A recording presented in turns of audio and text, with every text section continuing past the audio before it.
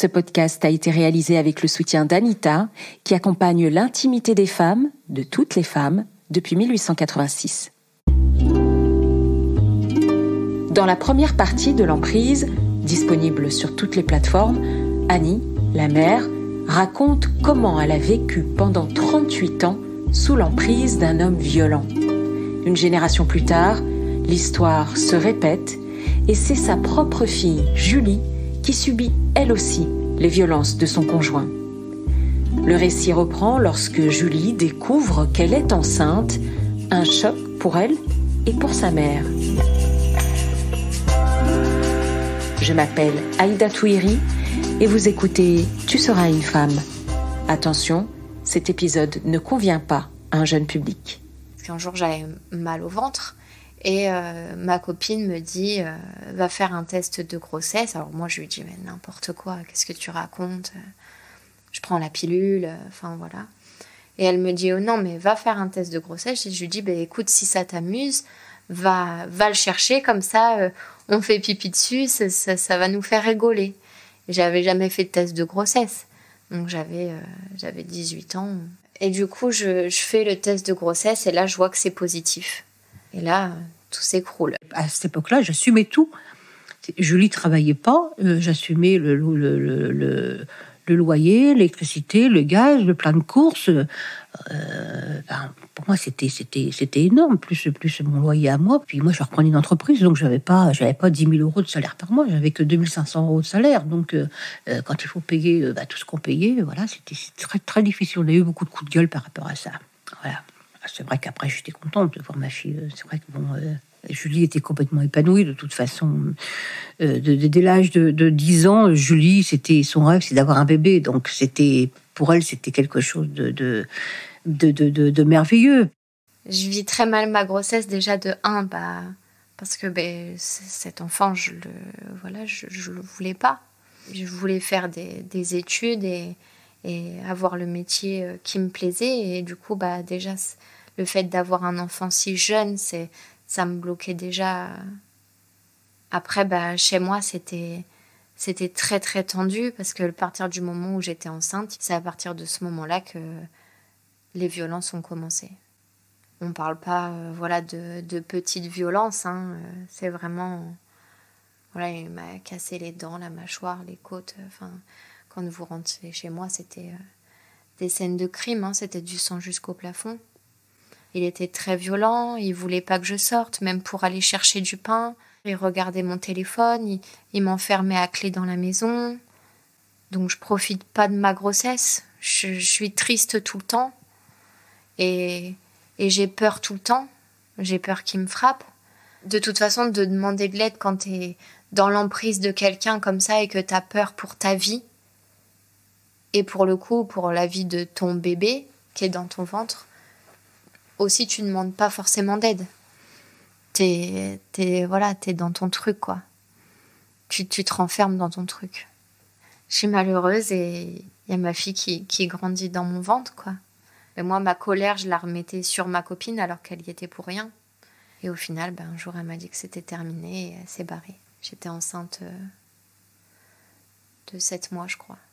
Je commençais à avoir des contractions à 2h du matin. Donc, je me fais engueuler par le père de ma fille parce que, bien évidemment, je le réveille vers 9h.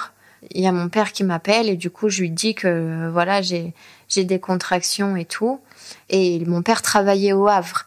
La maternité était pas loin. Il est venu me chercher, il m'a déposé à la maternité et ma mère m'a reproché que pourquoi j'avais demandé à mon père de m'amener à la maternité. J'arrive à la maternité et je cherchais beaucoup de réconfort auprès de la sage-femme. Et le père de ma fille vient et il s'assoit sur un siège et il me regarde. J'avais envie de vivre ce moment avec le père de ma fille et de vivre quelque chose de beau, un peu comme tout le monde, que quelqu'un te tienne la main et de souffrir avec la personne que t'aimes. Et du coup, je pensais à ma copine qui m'avait lâchée il y a pas longtemps. Et j'avais envie qu'elle soit là, en fait. Donc du coup, le père de ma fille, lui, il part. Et je reste avec la sage-femme qui a été hyper gentille. On me fait la péridurale et comme rien n'arrive jamais bien dans cette vie, la péridurale ne fonctionne pas. Et du coup, je souffre, mais comme on ne peut pas imaginer, j'ai des contractions horribles et le cœur de ma fille commence à battre de plus en plus doucement. Donc du coup, il décide de me faire une césarienne en urgence. Le médecin me demande si je sens les petites incisions de scalpel sur mon ventre et j'arrête pas de lui dire oui, je sens. En fait, la péridurale n'avait vraiment pas marché. Et il a dit non, on l'ouvre, c'est pas possible, elle ne sent pas. Et au final, ils m'ont éventrée parce que je sentais tout en fait. Donc du coup, j'ai hurlé et là d'un coup, ils ont dû me shooter, je sais pas quoi. Et je me suis endormie et ma fille est née. Pour moi, c'était vraiment horrible parce que déjà, j'ai pas eu une grossesse heureuse, mais je m'y étais fait au fait de me dire que je vais être maman, je vais accoucher, je vais avoir un petit bébé à côté de moi. Au final, j'attendais quand même si ça se passait pas bien avec le père de ma fille, j'attendais un peu d'amour de sa part et j'en ai pas eu. Et au final, quand j'accouche, je suis pas là parce que je suis complètement endormie, donc je me réveille plusieurs heures après et j'ai même pas vu ma fille naître. Et du coup, j'ai l'impression que j'ai tout loupé parce que j'ai loupé mon accouchement, j'ai loupé même la naissance de ma fille et je la verrai jamais en fait sortir de mon ventre. Pour moi, dans mon cœur, c'est le drame de ma vie.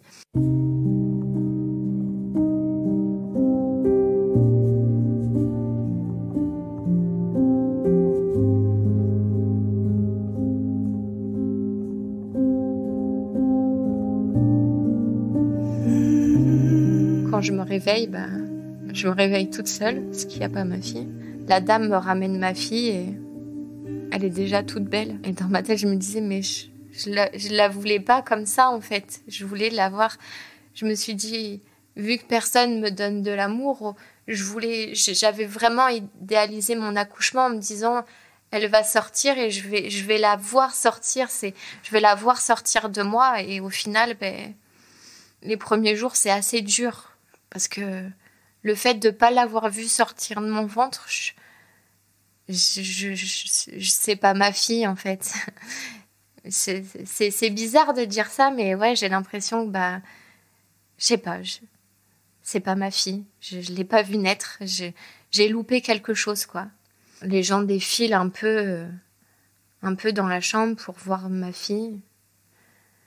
Et moi, j'ai l'impression un peu d'être un fantôme au milieu de tout le monde. Et le père de ma fille, il disait c'est la dernière fois du coup que je peux profiter de mes amis, donc je vais faire un barbecue, je vais faire ci. Et au final, il est venu voir sa fille peut-être une fois ou deux à la maternité, comme ça en coup de vent. Le clou du spectacle, je demande à ma voisine d'aller me chercher des affaires, puisque du coup, lui me ramène rien de la maison et j'avais besoin de conneries. Elle vient à la maternité, je lui donne mes clés. Et en fait, il était en train de coucher avec ma meilleure amie chez moi. Donc pendant que moi, je suis en train de pleurer à la maternité, et dans ma tête, je me dis, j'ai 19 ans, mais je me dis, mais c'est quelle vie, ça ?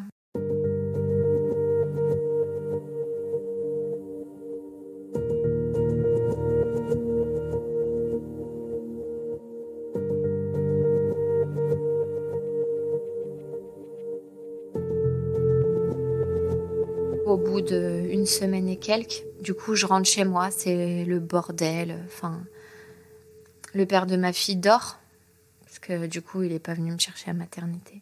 Donc, j'essaye de ne pas faire de bruit. Je m'occupe de ma fille, je commence à ranger la maison parce que c'était catastrophique. Et il sort de la chambre et il me regarde et m'a dit « Oh, t'es toujours une grosse vache !» Je croyais que j'allais perdre tous mes kilos pendant une semaine à la maternité. Donc ouais, j'étais toujours une grosse vache et voilà.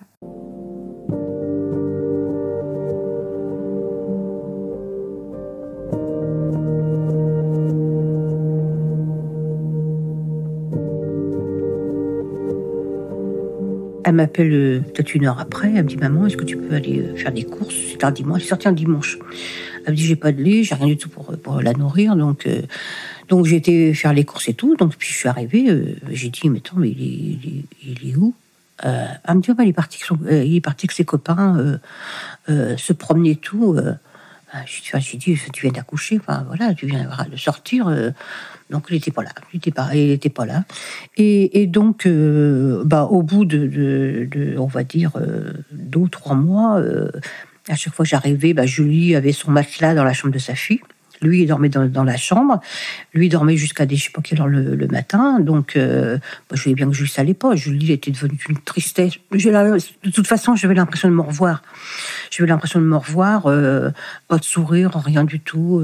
Triste. Et puis toujours sur les nerfs, toujours... voilà, elle ne supportait pas. Et puis moi, j'en ai eu assez aussi de subvenir à ses besoins à lui. Donc un jour, je l'ai appelé, je lui ai dit, écoute, voilà, j'ai dit, moi, tu me payes la moitié des frais. J'ai dit, moi, je suis pas d'accord que de t'assumer. J'assume ma fille, c'est logique, mais t'assumer toi, je suis pas d'accord. Plus ça allait, moins il était avec elle. Et un jour comme ça, je lui ai dit, ça peut plus durer. Moi, je peux plus assumer le loyer. Tu vas prendre un appartement, mais toute seule. Et voilà, tu vas arrêter avec lui. Et Julie s'est installée après dans un autre appartement. Mais lui, il venait toujours la voir, il était toujours aussi violent. Je lui ai interdit de venir dans l'appartement et Julie m'appelait pour me dire qu'il était là. J'étais obligée de venir, de le virer de l'appartement parce que les bleus. Je le voyais de toute façon. Je voyais bien qu'il y avait un problème. Hein. Puis même la tête de Julie, elle était comme moi j'étais de toute façon, exactement la même tête, les traits tirés et tout, je voyais bien que ça allait pas. De toute façon, elle mangeait plus, elle avait énormément maigri. On voyait bien dans sa vie que ça allait pas.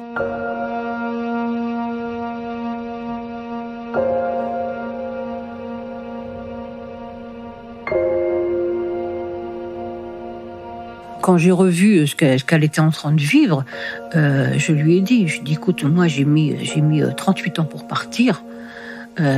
J'ai dit, tu vas pas recommencer dans le cercle. J'ai dit, ce cercle-là, il faut le casser. Regarde comment j'en suis arrivée, le temps que j'ai mis pour partir et tout. J'ai dit, je suis pas partie pour que toi, tu vives moi ce que j'ai vécu. Je suis très, très, très, très, très malheureuse. Hein. J'ai pas forcément de joie de vivre, donc je m'occupe de mon enfant par la force des choses. Voilà, c'est des moments où même dormir, tu dors plus en fait, même le sommeil n'existe plus parce que tu sais pas à quel moment il va arriver pour défoncer ta porte et te péter la gueule. Voilà, le moindre bruit te fait peur, donc en fait tu vis dans la peur constamment. Et au bout d'un moment, j'en ai eu marre et j'ai décidé de partir à côté de Bordeaux. Juste avant de partir, je pars avec une copine aller danser et en fait quand je rentre le soir, il est derrière la porte et là j'ai reçu à peu près une 20aine de coups de poing dans le visage et un moment dans sa tête il me dit, elle est où ta copine? Et là il part pour aller voir où se trouve ma copine. Je sais que je vais mourir si je reste dans l'appartement et je trouve une force surhumaine. J'habitais dans une tour, donc j'arrive à monter. Et il devait être à peu près 6h du matin. Je sonne aux portes. Chaque porte que je vois, je sonne, mais personne ouvre parce qu'il est très tôt et c'est un dimanche matin. Et j'arrive à une porte et je m'en rappellerai toute ma vie. J'arrive à sonner, mais du bout du doigt et je tombe par terre. Et la personne ouvre la porte, voit que je suis en sang et je suis par terre et je vois une mare de sang autour de moi couler complètement et la personne ferme la porte et je l'entends crier « T'es où ?» Mais moi je suis en train de tomber dans le coma et du coup je suis devant la porte et j'entends les voisins qui appellent les pompiers de chez eux.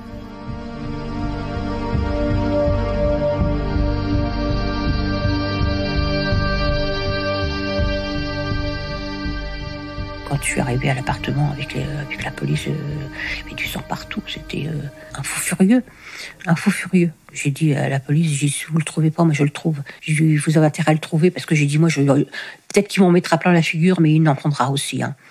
Là, j'étais hors de moi. Il n'aurait pas fallu que j'aille en face de moi ce jour-là. Je crois que je le démolissais. J'avais un trauma crânien, les côtes cassées, les dents pétées, la mâchoire cassée, le nez pété. Enfin, j'étais défigurée, j'étais Elephant Man. Hein. Les pompiers étaient vraiment choqués et les infirmières de savoir comment je pouvais être vivante, déjà, et comment j'ai pu trouver la force de monter les marches. Et je leur ai dit, mais je savais que j'allais mourir. Et la peur de mourir m'a donné cette force.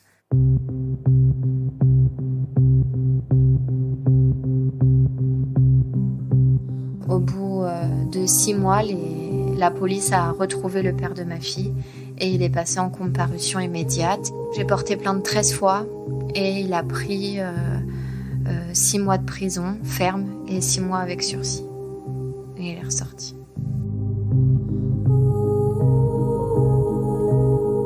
J'arrive dans le sud, j'ai tout quitté.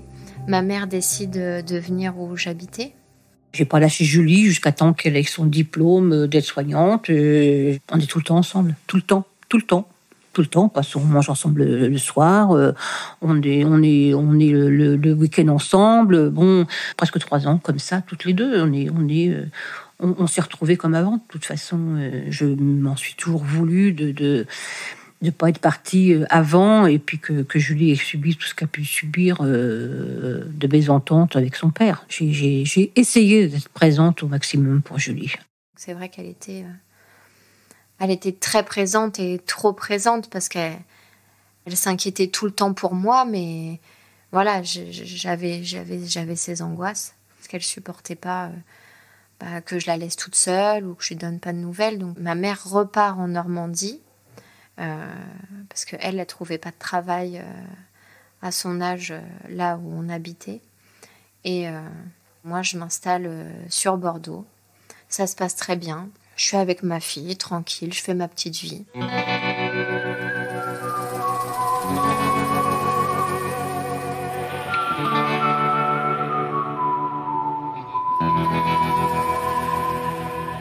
Moi, je suis en retraite depuis 2016. Donc voilà, ma fille, je lui ai des messages, ma fille me manque, et puis voilà, on se parle pour ainsi dire tous les jours. Enfin, je pense qu'on a quand même une complicité ensemble. Ma fille passera avant tout de toute façon. Ma fille passera avant tout. Le jour qu'elle a besoin de moi, je suis là. La situation qu'a vécue ma mère, oui, je pense que, enfin, je suis sûre que ça a joué dans les relations que j'ai pu avoir dans ma vie, surtout avec les hommes. Ma mère ne m'a pas protégée de ça aussi, de ces histoires, de ses décisions, de ses nouveaux compagnons qui n'étaient pas fréquentables non plus. Enfin, voilà, et même quand après elle quittait ce compagnon, au final, c'était encore le même schéma, parce qu'elle faisait tout de la même façon. Je voyais qu'elle se sentait en danger et du coup, elle partait. Je pense que ma mère m'aurait donné de bonnes cartes pour savoir comment se comporter avec un homme, dans le sens où quand elle s'est toujours laissée faire de toutes les situations. Elle a toujours été sous emprise et c'était une victime, mais elle se positionnait toujours en tant que victime. Face à un homme, en tout cas. Jamais elle s'est énervée, jamais elle a dit non. Enfin, en tout cas, j'ai jamais... Voilà, elle partait, elle s'enfuyait, mais elle disait pas non, je ne suis pas d'accord avec ce que tu me fais. Non, voilà, elle subissait. Et pour le coup, j'ai fait pareil.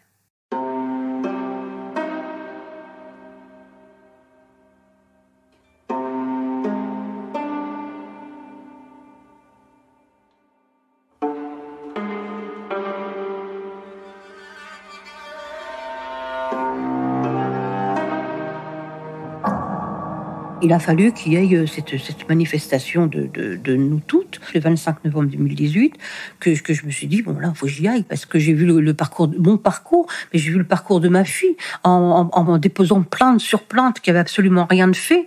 Donc j'ai dit, ça, il faut qu'on arrive à le dire, il faut que ça change. Donc de là, j'ai commencé à manifester. J'ai eu une journaliste qui est venue me voir lors de la manifestation, et puis donc qui m'a demandé si je voulais bien témoigner. Et puis elle m'a dit, mais vous inquiétez pas, votre visage sera flouté, il y aura juste votre témoignage et tout. J'ai dit non. C'est pour ça que je suis là aujourd'hui. C'est justement pour montrer aux gens qu'il y en a marre de se cacher. Et j'ai dit non, je veux témoigner, mais je veux témoigner à visage découvert. Une insulte ou un coup, c'est pas quelque chose de banal. C'est qu'il y a quelque chose qui va pas. On maltraite pas des gens, on les frappe pas, c'est pas de l'amour. Non, ça s'appelle pas de l'amour du tout. Au premier coup, première parole, il faut partir. Mais surtout, il faut avoir son indépendance financière. Il faut que les filles aient de quoi pouvoir vivre. Parce que moi, ce qui m'a tenue pendant 38 ans, c'est que j'avais pas de salaire. Donc ça a toujours été son mot. Tu pourras pas jamais partir, t'as pas de sous. Tu feras quoi? La pute? C'est tout ce que tu es capable de faire.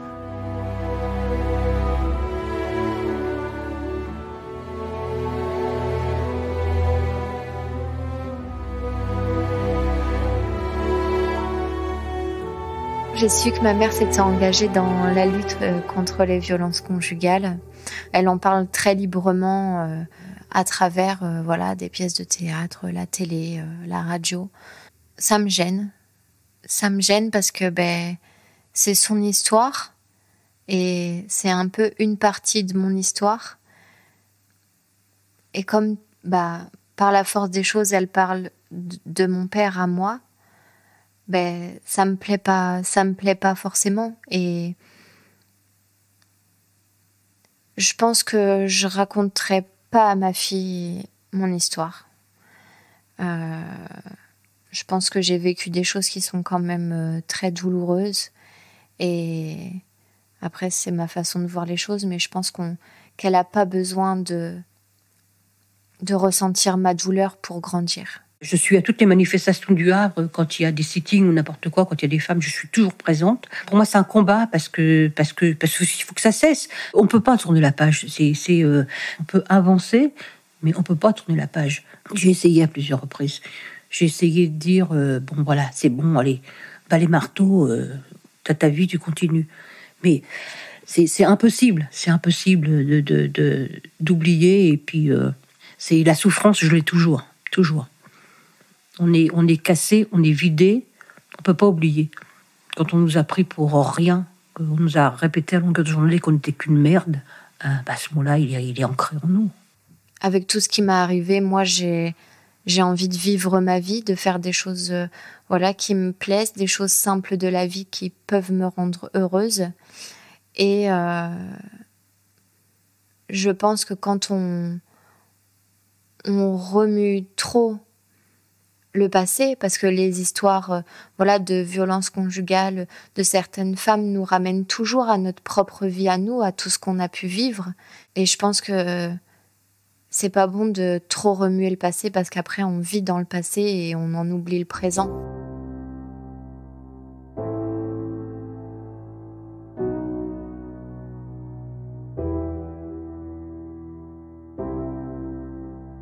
Je pense que dans la vie, il faut savoir pardonner le mal que les gens te font.